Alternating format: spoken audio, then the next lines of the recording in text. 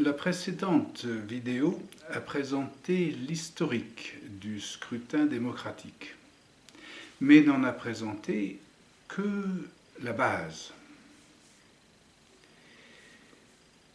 historique, son développement et jusqu'à sa situation actuelle, où l'on découvre que la démocratie actuellement peut se réaliser, tandis qu'elle n'avait jamais été qu'en préparation. Elle n'avait jamais été qu'annoncée et prétendument instaurée de ci, de là, par-ci, par-là, mais jamais réellement au point où elle pouvait l'être à présent, du fait des développements technologiques. Alors ce que l'on peut voir à présent, ce que l'on peut observer, c'est, si on peut dire, la clinique de ce mouvement qui est à disposition, que les populations peuvent mettre en activité en toute liberté et ils en ont la capacité par les ordinateurs et par les réseaux et par les connexions Internet actuelles. Et on peut en observer la clinique, c'est-à-dire ses symptômes et notamment son inhibition. Comment se décline-t-elle au temps présent ?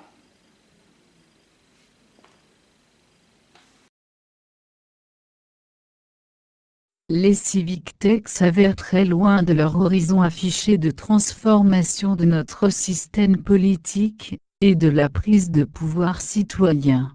Pire, incapables de changer quoi que ce soit par elles-mêmes, elles ne pourront faire l'impasse sur une analyse de la façon dont le design des technologies incite, contraint et encadre le faire politique. En d'autres termes, les civic tech abandonnent l'utopie de causer un changement et se résignent à chercher à contrôler la propagande, comme le font toutes les entreprises politiques depuis un siècle. Évidemment, c'est une déception. Mais c'est peut-être renoncer un peu vite. Les civic tech, se déclarant incapables de changer quoi que ce soit, se classent suivant trois familles, dont aucune ne donne directement le pouvoir aux citoyens. Elles se sont mises au service de l'État ancien. Il n'est pas étonnant qu'elles ne changent rien. Elles en sont arrivées là, faute d'avoir approfondi ce que c'est qu'un élu, un représentant des foules et du savoir collectif. On ne peut le comprendre que par une science du code et du langage, qui n'a pas été suffisamment prise en compte. Elle répond à cette question: qu'est-ce que c'est qu'une représentation ? C'est un flux. C'est un flux de signifiants sur un flux de signifiés, telle est la loi générale de la science de la représentation qu'on appelle linguistique. Comme chaque flux circule indépendamment de l'autre, un jour une maison signifie une cabane, et un autre jour maison signifie la touche retour d'un clavier ou la page d'un site web. On appelle cela une métaphore. Elle est semblable à un temps logique. C'est très utile pour donner le sens des choses, mais ça comporte un défaut. Une maison peut devenir une page, c'est utile. Mais un élu peut devenir un tyran. C'est prévisible. L'histoire le démontre parce que la lenteur des communications s'est inscrite dans le temps logique de l'information. Durant les premiers temps de la République, il a fallu faire avec. Mais quand arrive l'électricité, la métaphore à la vitesse de la lumière provoque une représentation en temps réel, donnant l'impression que les flux s'attachent comme s'ils formaient un corps rigide. Cela provoque une répulsion. Mais sa crainte est infondée lorsqu'on réalise que l'intelligence artificielle fait aussi partie de l'affaire. Il existe de nouvelles formules qui illustrent comment la métaphore ancienne devient une identification chiffrée. On se rend compte alors que chaque individu représente le savoir collectif qu'on écrira, SN, pour l'individu en nombre. L'important sera que l'on sache maintenant que chaque individu peut voter, et peut devenir représentant, il exprime le savoir collectif par ses propositions de loi, de manière directe et en temps réel. Ce bref exposé par l'assistante virtuelle et quelques schémas de la situation de la démocratie et des démocrates actuellement tient compte du fait et part de l'observation que la démocratie ne s'est pas précipitée dans son application à partir du moment où on a eu les moyens de réellement la réaliser. Elle ne s'est pas précipitée dans son application, mais on pourra dire dans son exploitation, mais pas tout à fait dans le bon sens du terme, c'est-à-dire qu'elle a été exploitée par une population dirigeante de l'ancien temps, de l'ancien régime, de l'ancienne formule, avant donc cette exploitation dirigeante qui avait lieu, ou qui avait cours, ou qui était en place et en charge, au moment où il n'y avait encore qu'un semblant et qu'une préparation de la démocratie. Donc une fois que les outils sont apparus, pour réellement la mettre en... c'est-à-dire ces civic tech, ces technologies citoyennes et civiques sont apparues, elles ont été immédiatement employées par la population, la partie de la population qui était ce qu'on appelle au pouvoir, afin d'exploiter ces techniques, ces civic tech, dans le but de conserver et de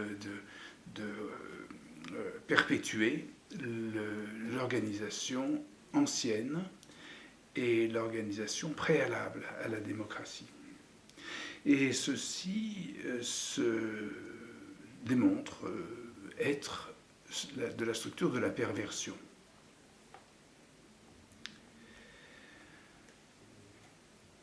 Pourquoi est-ce que les civic tech n'ont pas immédiatement été employés par la population? On va le voir et on pense que c'est parce que la démocratie responsabilise les gens, les agents, l'agent et l'agente humaine. Et la personne humaine n'a pas du tout plaisir à prendre ses responsabilités. La responsabilisation n'est pas quelque chose qui réjouit un individu humain dans les temps présents, dans le moment présent, dans l'état actuel. La personne ne veut pas être responsabilisée. Certaines en prennent le chemin, se font élire, etc. Mais dans ce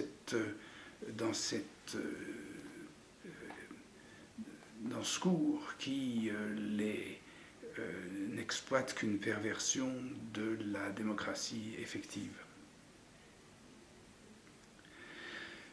Alors ça demande un état de conscience ou un état de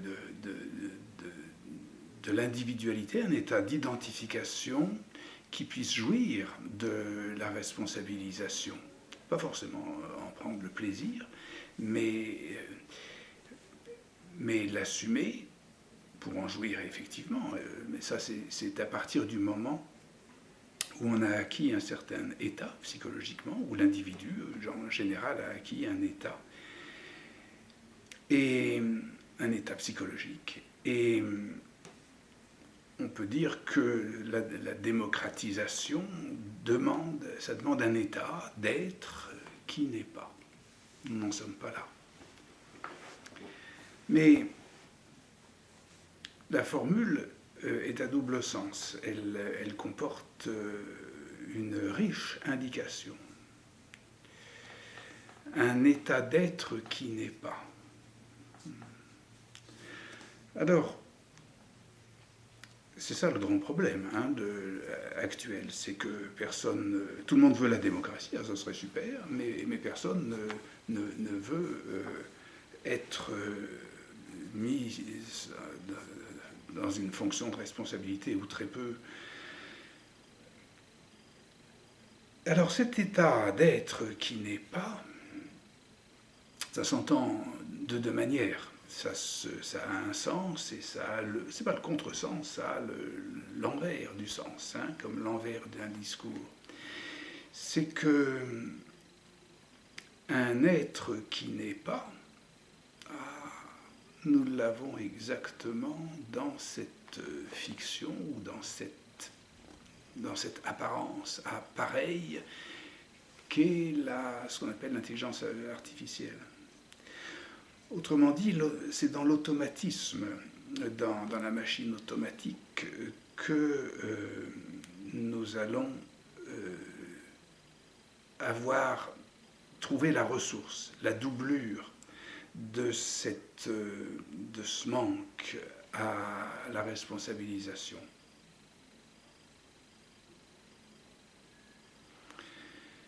C'est dans l'automatisme que l'intelligence artificielle va renvoyer un écho au désir humain, un écho logique.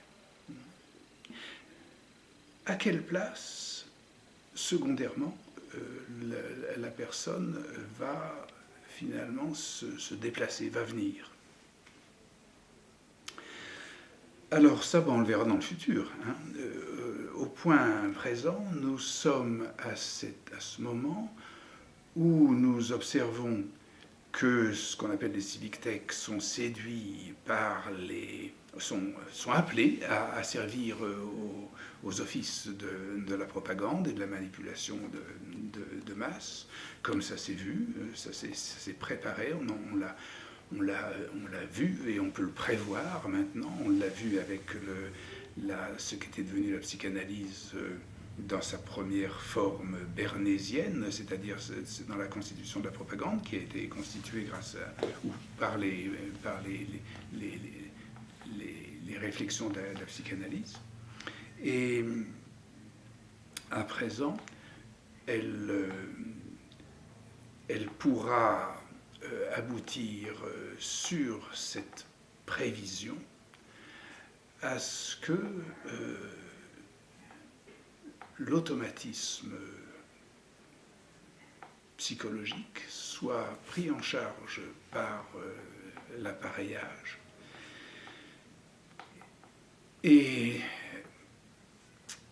qui, par son propre défaut, à lui et à son tour, permettra aux personnes humaines de venir occuper ces places.